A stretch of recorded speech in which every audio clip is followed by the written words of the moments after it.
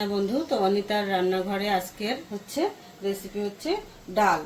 তা ডালটা তো সবাই বানায় সব রকম, কিন্তু আমি আজকে বানাবো মশলা ডাল। তা দেখুন আমি কিভাবে করি মশলা ডাল। এখানে হয়েছে 200 গ্রাম ডাল।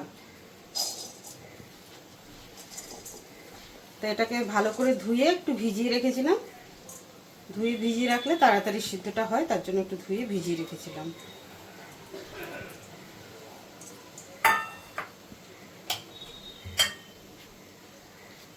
এবার এখানে দিলাম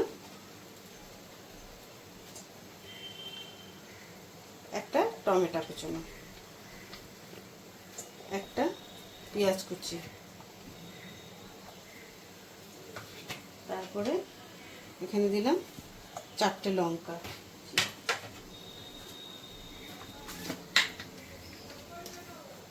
এবার পরিমাণ মতন নুন,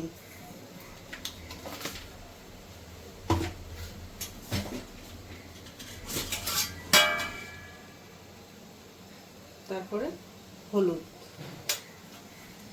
1/2 চামচ হলুদ, আর এখানে দিলাম তেল 2 চামচ। এবার ভালো করে এটাকে মাখিয়ে নেব। আচ্ছা মেইন জিনিস একটু ভুলে দিলাম। আচ্ছা, একটা আলু ছোট ছোট করে কেটে,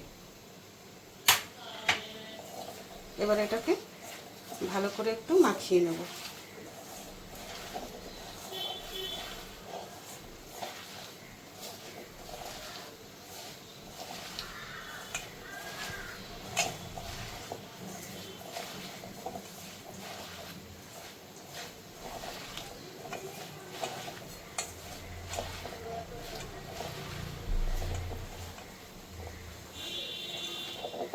ভালো করে চটকিয়ে মাখিয়ে নিলাম।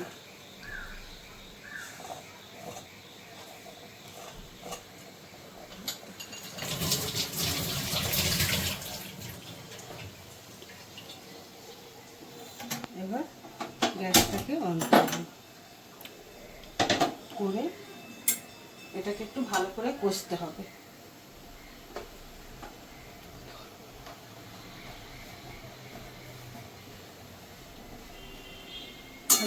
এটাকে ভালো করে একটু কষিয়ে নেব। দেখে নিই ভালো করে কষানো হয়ে গেছে, টমেটোটা গলে গেছে, পেঁয়াজটাও নরম হয়ে গেছে।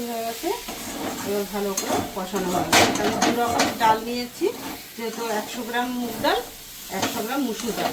তো আপনারা চাইলে যে কোনো এক রকম ডাল দিয়েও করা যায়, কিন্তু আমি 2 রকম ডাল দিয়েছি। এখানে আমি 200 গ্রাম ডাল সিদ্ধ হওয়ার জন্য আমি দিলাম 1/2 লিটার মতন জল। বেশি দেবো না, কেন আগে ভালো করে সিদ্ধ হোক, তারপরে জলটা আবার দেবো।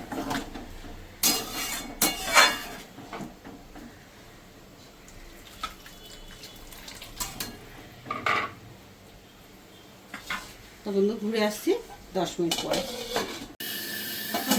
দেখুন ডালটা কেমন সিদ্ধ হয়ে গেছে। কি ডালটা ভালো করে সিদ্ধ হয়ে গেছে। এবার আমি পরিমাণ মতন গরম জলটা দেবো। তো ডালটা তো আর বেশি পাতলা হবে না, আবার একদম ঘনও হবে না, মিডিয়াম রাখলে ভালো হবে। এবার পাতলা আপনি চাইলে যদি খাবেন তাহলে করতেই পারেন একটু পাতলা, কিন্তু এটা একটু মোটা ইসের থাকলে ভালো হয়, কেন এটা রুটি দিয়ে, জিরা রাইস দিয়ে বেশি টেস্টি লাগে। প্লেন রাইস দিয়েও খায় লোকে, কিন্তু জিরা রাইস আর রুটি দিয়ে বেশি ভালো লাগে। এবার এটাকে আর একটু ফুটিয়ে নেবো। আমি গরম জল দিলাম এটাতে, আর 2 মিনিট একটু ফুটিয়ে নিয়ে তারপর ফোড়নটা দেবো। ডালটা ভালো করে ফুটে গেছে, এবার ডালটাকে নামিয়ে নেব। এবার দেবো ডালে ফোড়ন।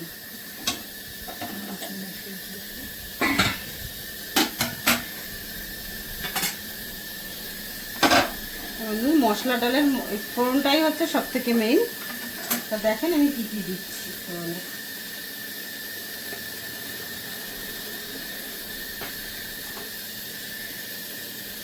আপনি চাইলে পুরোটা ঘি দিয়েও করতে পারেন এটা ফোড়নটা, কিন্তু আমি একটু সাদা তেল দিলাম আর একটু ঘি দেবো।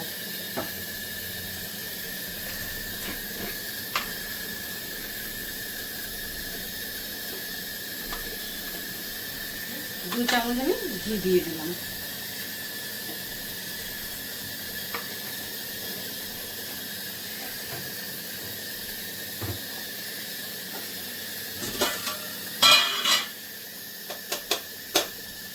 এবার দেবো 1 চামচ মতো জিরে, একটু জিরেটা বেশি দিতে হয়। 1 চামচ জিরে দিলাম। এবার ফোড়নটা একটু, জিরেটা একটু ভাজা হোক।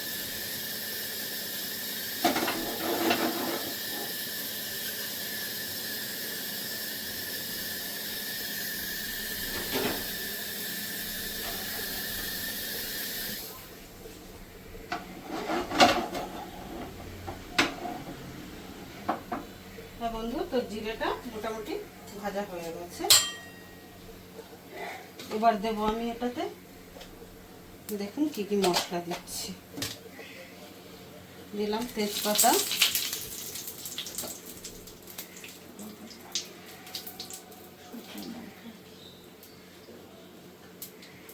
এবার দেব রসুন কুচি,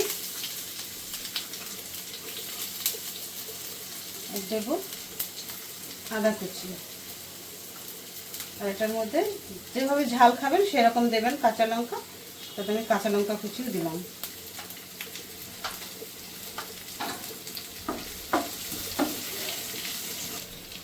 হ্যাঁ বন্ধু, ডালের ফোড়ন মানে হচ্ছে শুকনো লঙ্কা, তো আমি শুকনো লঙ্কাটা দিতে আগে ভুলে যাচ্ছিলাম, তার এখন আমি দিয়ে দিলাম। সাইড করে এটা ভালো করে একটু ভেজে নিই।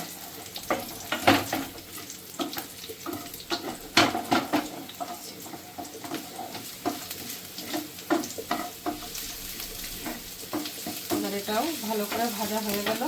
এবার দিয়ে দেবো এটাই একটু পেঁয়াজ কুচি রেখেছিলাম, সেই পেঁয়াজ কুচিটা এটাতে দিয়ে দেবো।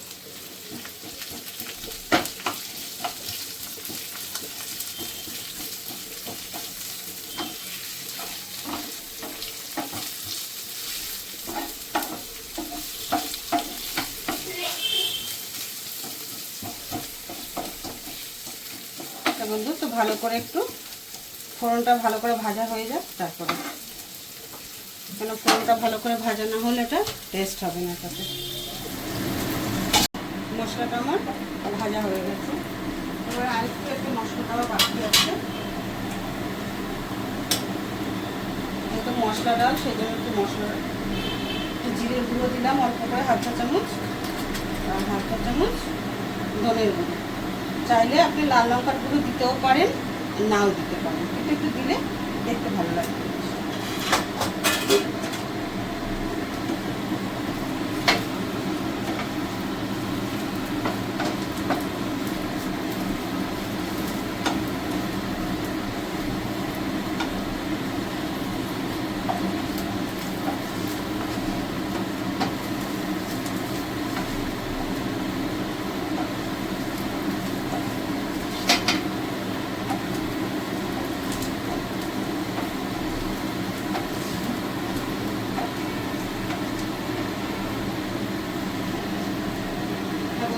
ডালে একটু মনে হচ্ছে নুনটা কম হবে, তাই এটাতে দিয়ে দিলাম। আর দেবো সামান্য একটু মিষ্টি, এটাও আমি ফোড়নের সঙ্গেই দিই। আমার ফোড়নটা ভাজা হয়ে গেছে। এবার আমি ডালের ফোড়নটা বসিয়ে দিই।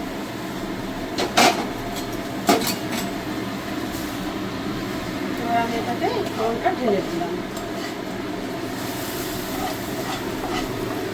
এবং আপনারা দেখলেন তো এটা কি কি মশলা দিলাম। সব কিছুই ঘরোয়া মশলা, বাইরের আর কোনো মশলা আমার প্রয়োজন হলো না। যেহেতু মশলা ডাল, তার জন্য একটু মশলাটা পরিমাণটা একটু বেশি দিতে হয়।